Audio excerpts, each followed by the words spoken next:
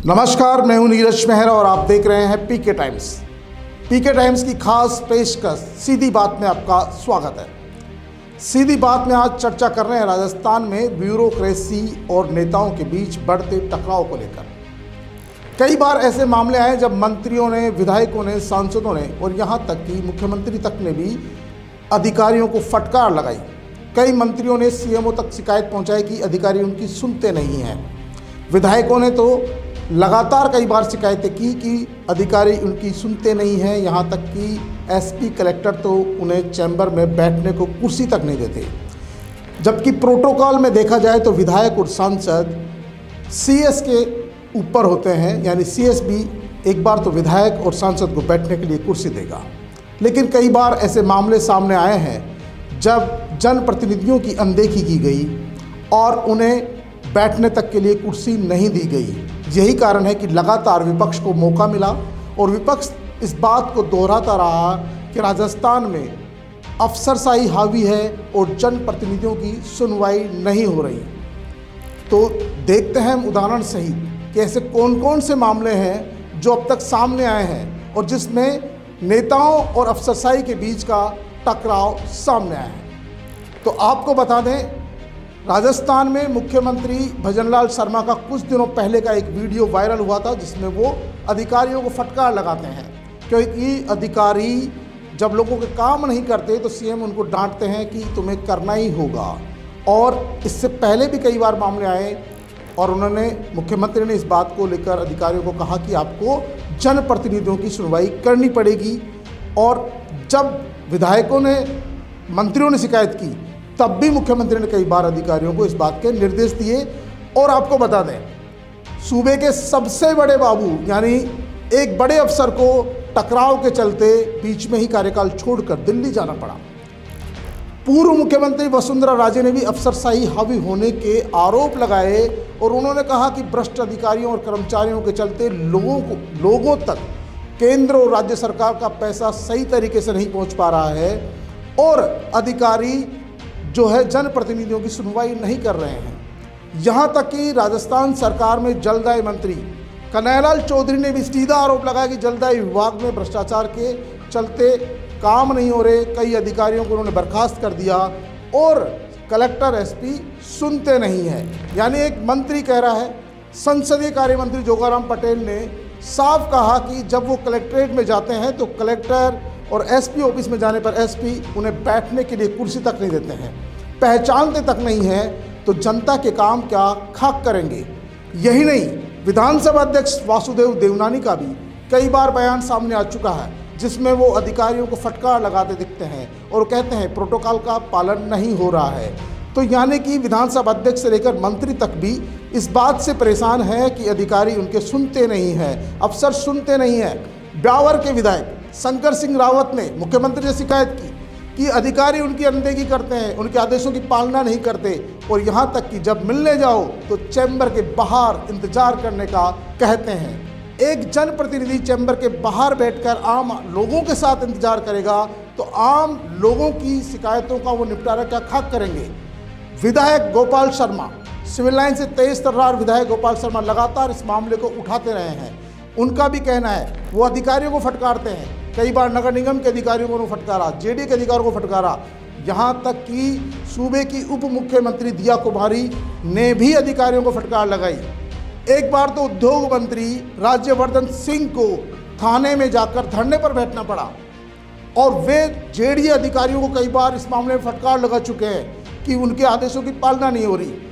बांदीकुई विधायक भागचंद टाकड़ा कई बार सार्वजनिक रूप से अधिकारियों को धमका चुके हैं। वो कहते हैं बोरिया बिस्तर बांध लो, यानी आपको बाड़मेर भेज दिया जाएगा।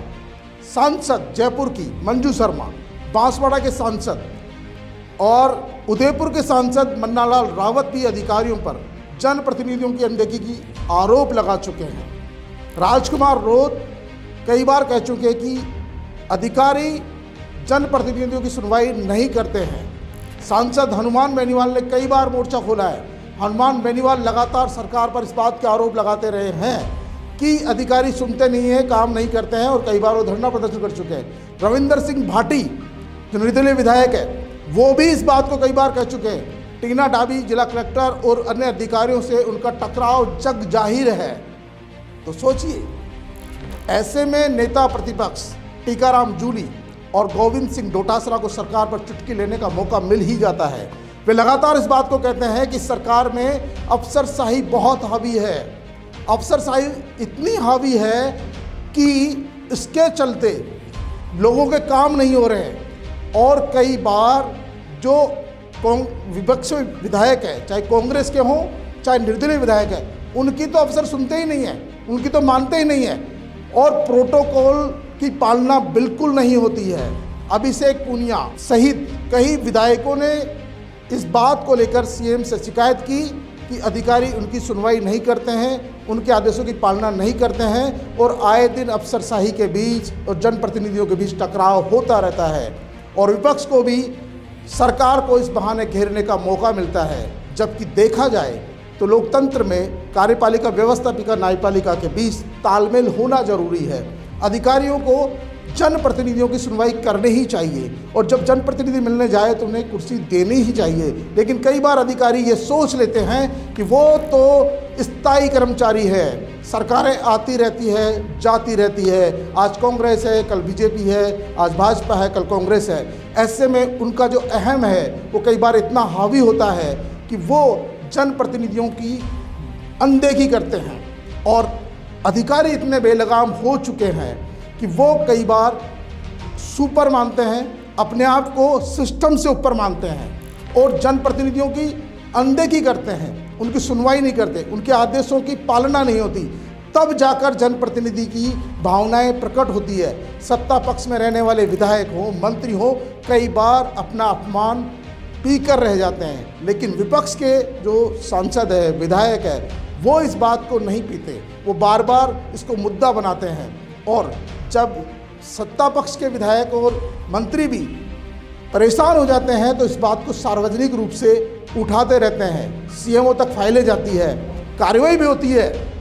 लेकिन सबसे बड़ा सवाल ये है, आखिरकार जो जनप्रतिनिधियों की बात नहीं सुनता, जो अधिकारी कर्मचारी उनकी अनदेखी कर रहा है, क्या एक सामान्य नागरिक जो दूर दराज गाँव में बैठा है या शहर में बैठा है, जो पीड़ित है, उसकी समस्या का समाधान कैसे होगा? सबसे खास बात यह है कि अधिकारियों को भी अपने अहम को त्यागना होगा, उन्हें भी जो प्रोटोकॉल है उसकी पालना करनी होगी और जनप्रतिनिधि जो सुप्रीम समझते हैं अपने आप को, कानून से ऊपर समझते हैं और कई बार वो अधिकारियों के साथ बर्ताव बुरा करते हैं, अभद्र व्यवहार करते हैं, उनको भी अपने आचरण में सुधार करना चाहिए कि इस तरह का व्यवहार किसी भी अधिकारी के साथ, कर्मचारी के साथ नहीं किया जाना चाहिए। यही कारण है कि जब दोनों तरफ से एक दूसरे को नीचा दिखाने की कोशिश होती है तभी इस तरह के मामले सामने आते हैं और जब इस तरह के मामले सामने आते हैं तो शिकायतें सीएमओ तक पहुंचती है। मामला केवल भजनलाल सरकार का नहीं है, इससे पहले भी सरकारें रही है, चाहे वो गहलोत जी की सरकार रही हो, चाहे वसुंधरा राजे की सरकार रही हो, तब भी इस तरह के आरोप लगते थे कि अफसरशाही हावी है और अफसर जनप्रतिनिधियों की सुनते नहीं हैं। तो आप यूँ नहीं कह सकते कि ये सिर्फ मामला भजनलाल सरकार का है कि भजनलाल सरकार में ही अफसरशाही हावी है। अफसरशाही जो हावी रही है, नौकरशाही जो हावी रही है, ये पहले भी इस तरह के मुद्दे उठते रहे हैं और लगातार विपक्ष और सत्ता पक्ष के लोग इस बात के आरोप प्रत्यारोप लगाते रहे हैं कि अफसर जो है जनप्रतिनिधियों की सुनते नहीं हैं। अब ये आपने उदाहरण देखे जो सेलेक्टेड थे, गिनती के थे, लेकिन ऐसे दर्जनों आरोप प्रत्यारोप है, मामले हैं जब छोटे छोटे जनप्रतिनिधियों ने, यानी कि कई बार प्रधान ने, कई बार सरपंच ने, कई बार जो जिला प्रमुख ने इस तरह के आरोप लगाए, कई बार जो महापौर, उपमहापौर ने भी इस तरह के आरोप लगाए, लेकिन वो निचले स्तर पर ही दबकर रह गए, सरकार तक पहुंच नहीं पाए। लेकिन इसके बावजूद भी जब ये मामले सीएमओ तक पहुंचते हैं और विपक्ष को जब मौका मिलता है तब ये आम आवाम को पता लगता है, मीडिया की सुर्खियां बनते हैं, सोशल मीडिया में छाते हैं, तब जाकर कुछ दिन तक इस पर विराम लगता है। लेकिन सबसे बड़ा सवाल यह है पीके टाइम्स टीम की ओर से, क्या जनप्रतिनिधियों और अफसरशाही के बीच में ये जो टकराव होता है ये सही है? क्या इस टकराव से प्रदेश के विकास को गति मिलती है या विराम मिलता है? पीके टाइम्स की इस खास पेशकश में आज के लिए इतना ही। कल फिर हाजिर होंगे किसी नए मुद्दे के साथ, किसी नई समस्या के साथ। तब तक के लिए नमस्कार।